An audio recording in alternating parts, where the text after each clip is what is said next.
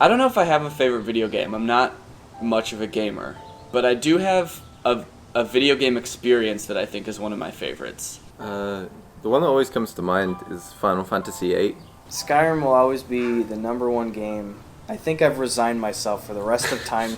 Nothing is going to top it in terms of how much it's encapsulated my life.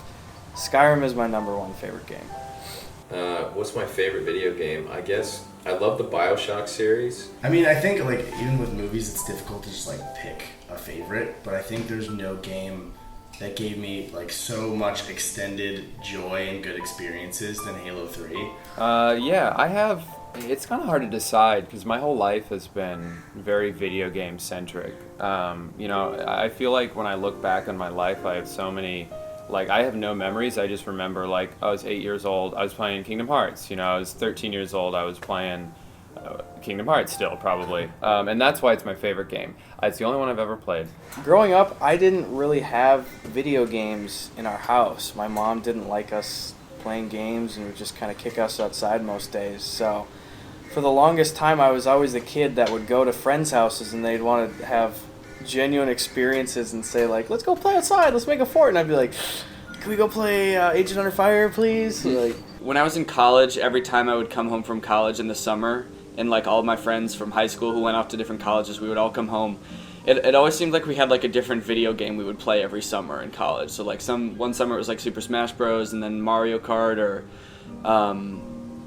Agent Under Fire we played one summer. And then one summer we started playing Super Monkey Ball for GameCube. Super Monkey Ball 2. Have you ever played it? It was the first of the Final Fantasy games that I played, and it was like, I think because I was quite young, it was the first time I allowed myself to get into like a romance story as a kid, whereas previously it was like, I always thought that kind of stuff was quite lame, but because it was a video game with a cool guy with a scar on his face, it was okay. I think it's a great game, but also like that has the most sentimentality attached to it of any game. It was like my sister's a couple years older than me. She and I played the first Kingdom Hearts through, and we shared a save. So like some parts of the game I didn't get to play, some parts she didn't. But it was fun because we both were young enough that we sucked at games, and we were like new to the whole genre. So like there was one boss fight in particular. I remember we went back and forth, and it took us like 20 or 30 times to beat it, and she finally beat it. And it was just like a great moment. I like the whole idea of this guy that takes all the artists and smartest people and then puts them underwater to just remake the world. That's a neat idea. The sound design in that game was fucking awesome too. Like the way the music, you could hear it from far away, and people talking to themselves. It was so creepy. Oh, yeah. Big abandoned space, And a Big Daddy like smashing around through a room. That's awesome, I had a PS2 when I was younger, and that like my dad got it, and it wasn't mine, but I was really young when I got it, and I got lucky to like have the kind of newer console when it was out. But then I had it for a very long time, like well into Xbox and PS3, and I didn't move over. And then my dad got my brother and I a 360, and Halo 3 was on it, and like it came with it, and my friends were playing it at the same time too, and it was just like every day after school we'd play custom games. so I didn't really have video games in the home, but I remember when I was a freshman in high school, I went to this choir trip to this little arcade thing, and I played one of the stacker machines where you can stack up the little blocks and you have to stop it, and then you win a prize. And most of the time those things are rigged, but this one time I went in and I played it, and I won a brand new PlayStation 3, and it came with Bioshock and Skyrim. So I suddenly went from having no video games in my life to the best console on the market and Skyrim. There's like the campaign mode, or like yeah, I guess it's called the campaign mode, where you're like on a stage and you're just like a little monkey in a ball and you are trying to get to the other side, and there's all the obstacles, and we never played that. There was one mini game in Super Monkey Ball 2 called Monkey Target 2. It was the sequel to Monkey Target, which was in the original. Thank you for explaining that. Yeah. I'm convinced that we are the people who have played that mini game the most out of anyone on the planet. I'm trying to think, like, what it was about that game that really... Soundtrack is... Oh, it's a freaking gorgeous soundtrack. Is it Nobuo Uematsu? Mm-hmm. No, I always worry about pronouncing Japanese. That's how I would say it. Yeah, the music was a really big part of that, actually. I think that really influenced my music taste. Yeah. You know, because of all the rap in Final Fantasy. Yeah. But I think Kingdom Hearts was a big deal for me because, like, before that, I never really played games. We didn't have... Like, I played, like, computer games. My parents let me play, like, learning games and stuff, and so I would play the shit out of those. But there's only so much there to, like, jumpstart or, like, some typing simulator or whatever that's cartoonish. But then we got a PS2, and Kingdom Hearts was, like, the first game I've ever just, like, gotten immersed into and, like, had dreams about. And I'd lay in bed at night thinking, and, like, be like, oh, I'm going to do this. Like, it finally clicked for me. I can dodge roll, and then I can do the thing faster or whatever. It's like if, you know, there's different ways that that technology can push the future. You know, so, like, there's the steampunk possibility.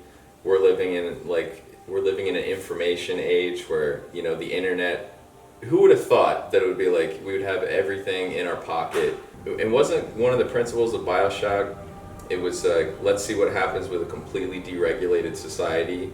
You know, like what if we let the market just drive? There's some basis in Ayn Rand or something, right? Oh yeah, the first one is Bioshock. like straight. Like Andrew Ryan is an anagram of Ayn Rand. Right. It's Okay. straight. It's kind of coming back to me. Yeah. Just thinking it's pretty funny, like... What's your favorite game? Goes into this intense, deep This discussion. is exactly what I want. And then it's like someone else. What's your favorite game? Oh, I like Tetris. It's fun moving the blocks. Because like middle school sucks. It's like the worst possible time It's the worst. in your life. But like I have so many fond memories of that age because I had so much fun with my friends in it. You play matchmaking split screen, which is like insane. It was the first game to do that. Yeah, like thinking back to that, did anyone do that after? I don't think that's like... Call of Duty has done it with like 2 players, Okay. but like the fact that that's been around since Halo 2, Yeah. the first Xbox, and it took forever for games to catch up. Like that's It's kind of bizarre in the state of online gaming now to think of like seeing somebody's name and then just seeing a parentheses 1 next to it. Yeah. And like these guys can barely see me. My favorite thing about that, though, was when you'd be in, like, a 4v4 game and every other person on the other team was, like, whoever, and then Yeah. their 3 friends, and you're like, we're gonna kick their Yeah, ass. there was no question because like especially at the time, what was the average TV size at the time? Like a giant TV was 30 like maybe 30 inches. Yeah, it was so. like that was the regular, and then if somebody had a 50-inch TV, you were like, well, let alone if someone had an HD TV. yeah, oh yeah, because I 360 mean, was still. I don't think I- Yeah. until years later, I don't think I ever played Halo on an HD TV. Also, one of the friends is always going to be bad. Yeah. What sucks me in the most is most of the time when I go back and play now, I'm not even going down quests and experiencing the little side stories. I'm just trying to collect every little unique item. Like, it doesn't even if it's an item that doesn't matter, like it's not a weapon or anything, or I'll go like, ooh, that spoon's a rusted spoon? Well, I need to get that. And take it back and dump it in my house. Or like, ooh, that's a bent shovel. Ooh. It's such a simple concept, and we turned it into like the biggest deal. We all had like strategies, even though you'd think it's just like roll down and you open your ball and it turns into like wings and then you fly across the water. And we found out that like if instead of going down the ramp, if you go like backwards and you just fall off the platform and free fall, you actually get more speed. And some of us had like the strategy where you wait for everyone else to go and then you're the last person to go once they're already like stuck on the island, and then you just try to knock people off and take their points. Oh, the card game in it was brilliant as well. They had some... That was really fun. I like that about the Final Fantasy games, that they had these really well thought out side games and stuff like that. Yeah, Final Fantasy VIII, great game. Well, probably not now. I went back to try and play it again and I just couldn't. The graphics were so bad, and not just that, like gameplay on RPGs has got so much more enjoyable now. No, like the random battle thing is just frustrating. At the time I wasn't used to anything better, so I was okay with it. But yeah, trying to play those kinds of games now like that or Pokemon is just ridiculous. I just can't enjoy it. It's kind of sad because I had so much enjoyment of it at the time, but like when you get used to better things, you just can't go for it.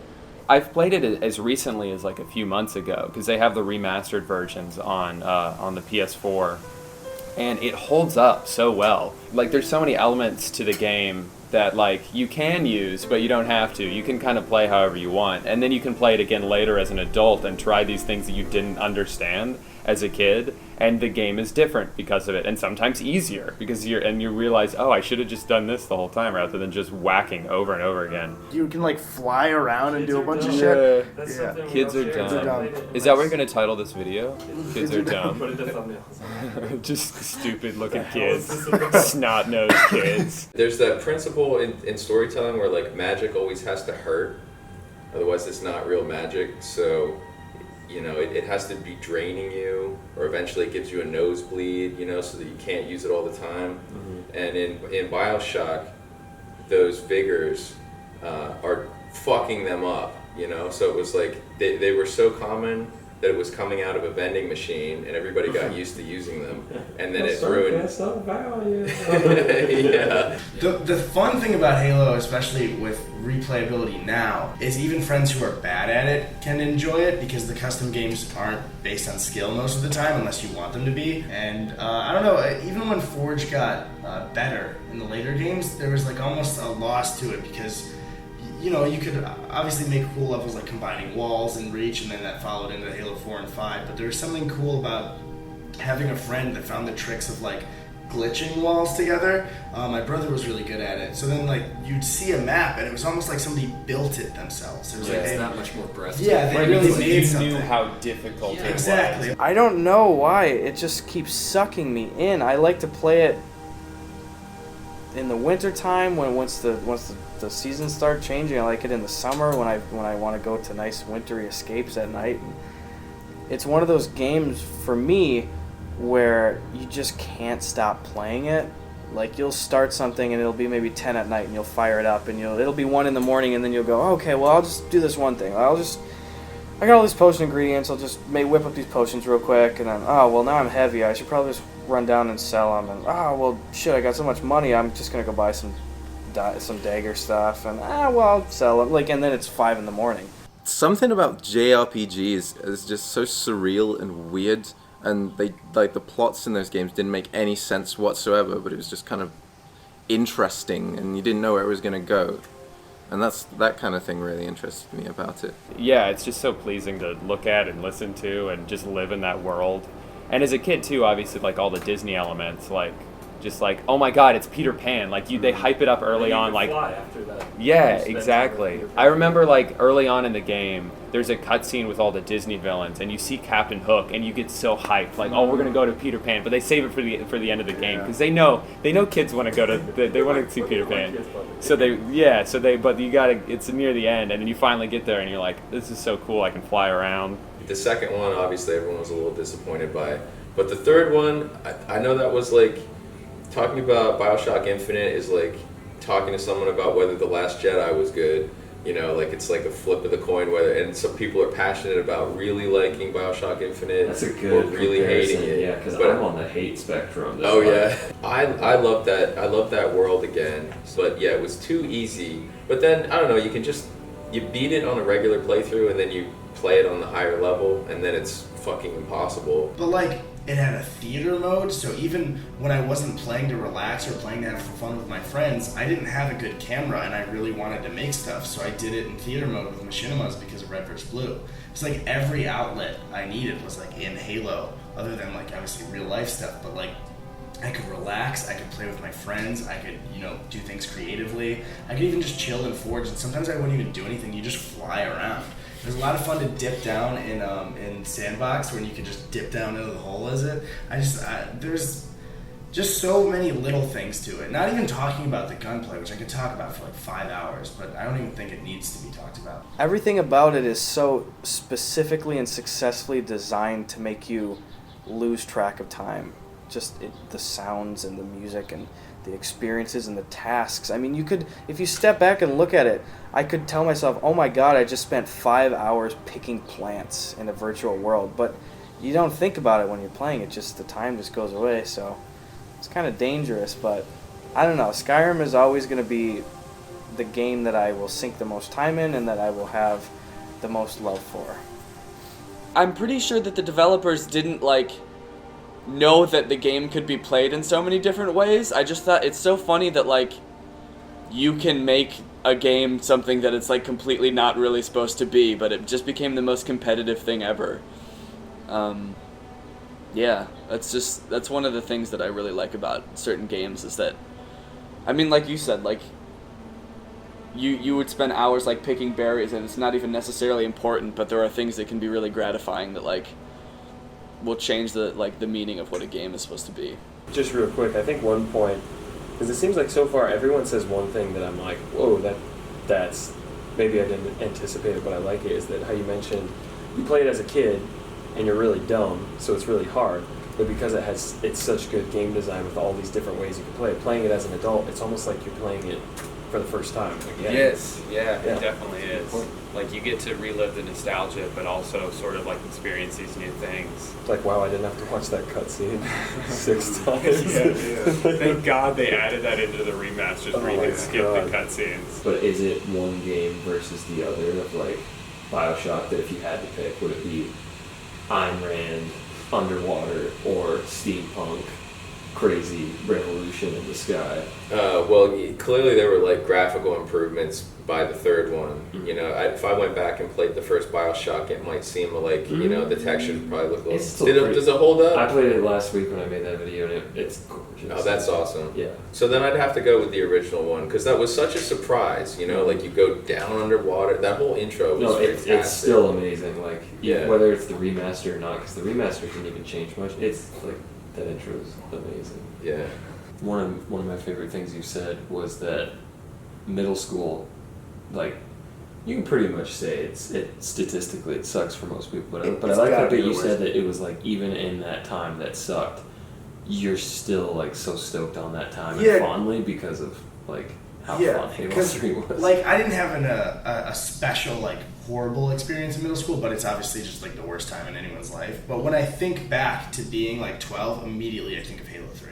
It's not like embarrassing shit I did, or like, you know, being like covered in acne and stuff. It's like the first thing I think of is my friends coming over, maybe like there was a candy store near my house and we just like get a bunch of it and then go down and play Halo together, and then they'd go home and we'd play more Halo until like nighttime. You were the Halo house. Yeah. I was the friends that would have come over and we did 4 and 4 players. Yeah, I love being the Halo 4 players sport. One of the things you're saying about how it's like, oh, because I could totally relate that it's like, oh, okay, I'm just going to do this one thing, and then that loops into this other thing, and that I think that speaks to the game design being so interconnected that it's like you could smith stuff and then you can upgrade it and do it, but then you can also, like, so if you make a dagger from scratch, then you can also enchant it, and then you can change the power of your enchantment. So like everything feeds into each other. Like, you need money to buy the stuff to do this, you need this, like it's designed this way, so it's intentional, but it makes you feel like you're gaming the system, where you're like, oh, if I drink an enchanting potion, I can smith this more so that I can make better enchanting stuff, and you're like, oh, but no, it's supposed to be that way. I think you said that super well, that it's like you turn it into something the developers never intended it to be, but I'm sure if they watch this, they would be so stoked. Right, yeah. It's like that. It's like they just made this thing, and yet it was everything to you guys. Yeah. Random encounters that don't let you get from place to place. Yeah. Like you walking the floor at VidCon. Kinda. Yeah, it's nostalgic. That's Your battle music. It's an ego thing. goes in when he gets stopped. No, his battle music is just us screaming, "There goes my hero." I like it when I have this chair over here. It makes me feel professional. Like, I thought you were gonna sit on it like backwards, like cool teacher Eddie, stuff. let's talk to you about drugs and alcohol. You're about to talk about This is kind of cool. You're doing a bad cop routine. Favorite video game or one of your favorites? alright. That's going by the way.